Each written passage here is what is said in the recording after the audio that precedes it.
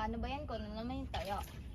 Ano ba yan? Malas ko naman. Bilang ka na. Magtatago na ako. Sige na nga.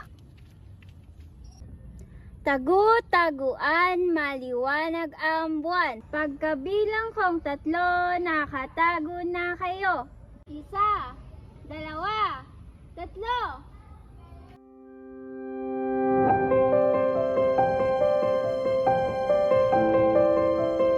Tayo? Hanggang dulo, walang iwanan. Tambakal! Oo, sir. Tara na po yan. Laya ka na. Bukas. Parang babalik dito ha, ayaw na kita makikita. Oo, sir. Dali mo yung gamit mo.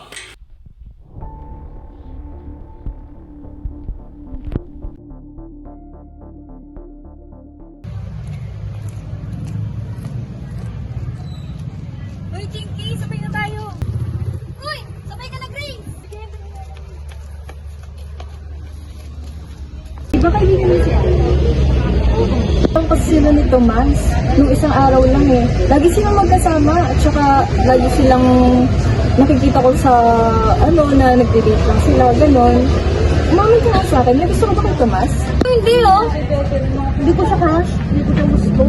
Hindi nga ako nakohin, nakikita ko sa mga tingin mo lagi kay Tomas, diba? Si Chinky, no? Wala nga, hindi ko nga siya gusto. Ay, Grace, ihin muna pala. Ihin na. Sige. Babay na naman na ako.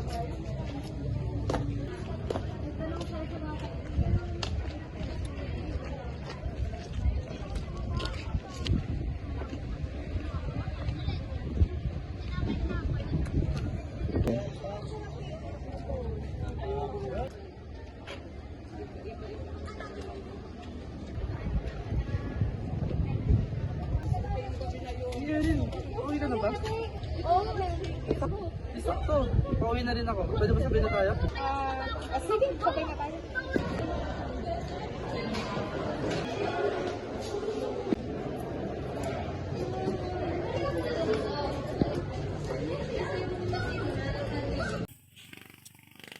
Nasaan na pa kayo? Ang tagal nyo naman. Kanina pa ako nag-iintay dito. Ang init-init. Hoy, ang tagal nyo! Hoy! Ching-ching! Kumusta ka na? Ayos na. Ano pagkita ko sila? Gusto ko sabihin sa iyo. Di ba?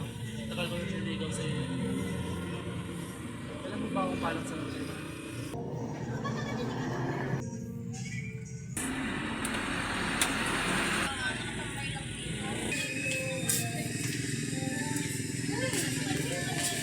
Kuya! Atay mo lang ako sa binatayo mo eh.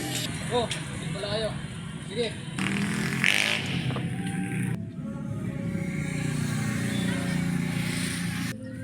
Wait, si Erin ba yun? Teka, bakit parang may kasama ng wala? Erin! Ba't nandito ka? O kasama yan?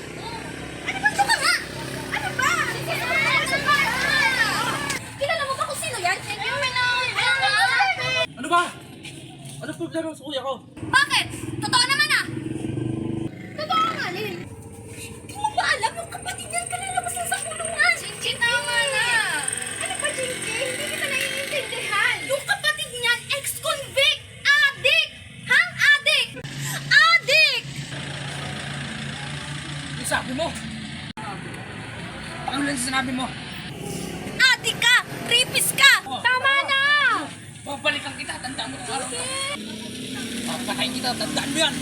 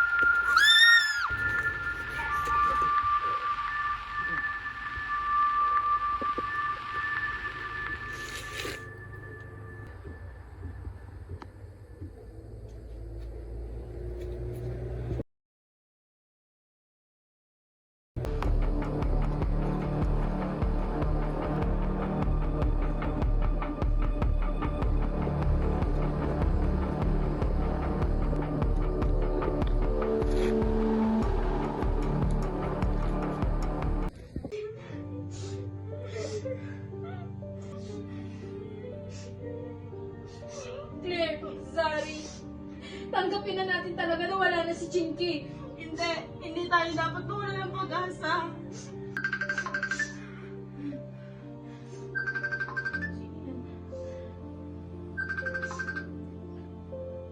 Go.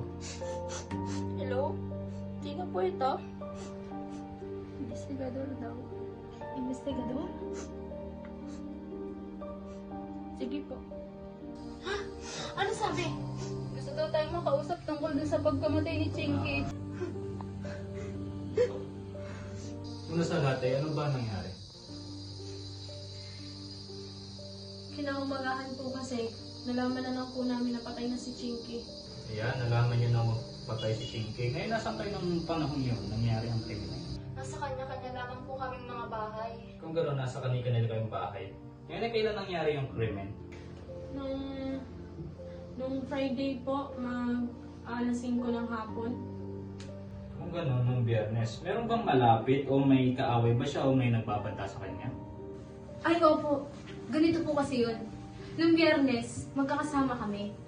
Tapos, napahiwalay ako sa kanya kasi may kikitain ako, si Tomas. Tapos po, nakita po kami ni Chinky na magkasama. Nagalit po siya. Nandun din po yung kapatid ni Tomas na si Elias. Tapos po, nung nagkaroon na po ng sagutan si Chinky at saka si Tomas, bigla pong sumulpot yung kapatid niya. At pinagbantaan niya po si Chinky na papatayin niya. Sigurado ka ba dyan? Opo, sigurado kami na si Elias lang ang pwedeng pumatay kay Chinky. Kung gano'n ay magsisimula o magsasagawa kami ng investigasyon patungkol diyan, tatawagan na lang namin kayo kung meron na kami mga update patungkol sa kaso ngayon. Marami pong salamat, sir.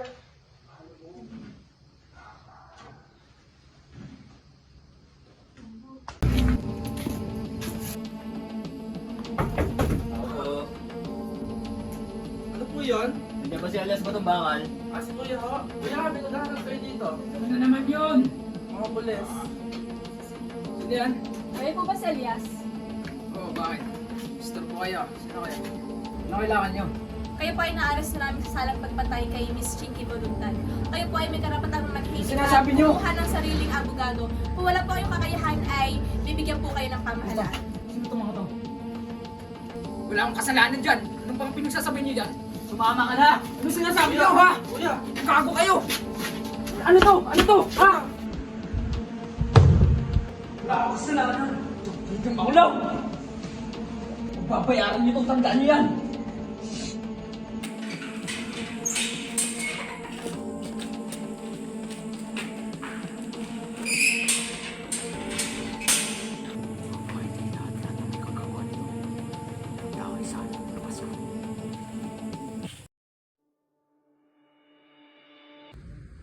Good day, I am Isal and I am a representative of our school investigating an old case of Miss, I don't know her name is, but here we are on the crime scene of the old unsolved case.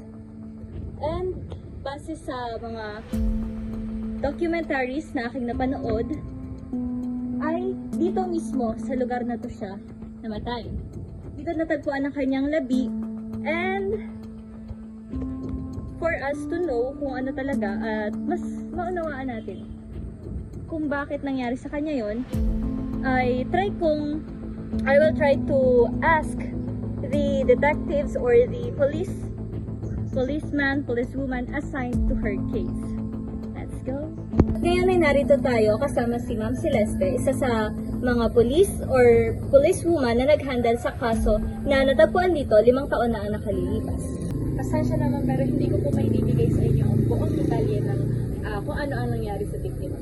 Pero ang babaeng biktima po ay kilala bilang si Miss Shinji Voluntad at nakita siya 3 araw pagkatapos ng pagpatay sa kanya. At sa ngayon po, yun lang po ang ibibigay ko sa inyo. Okay, maraming salamat po, ma'am.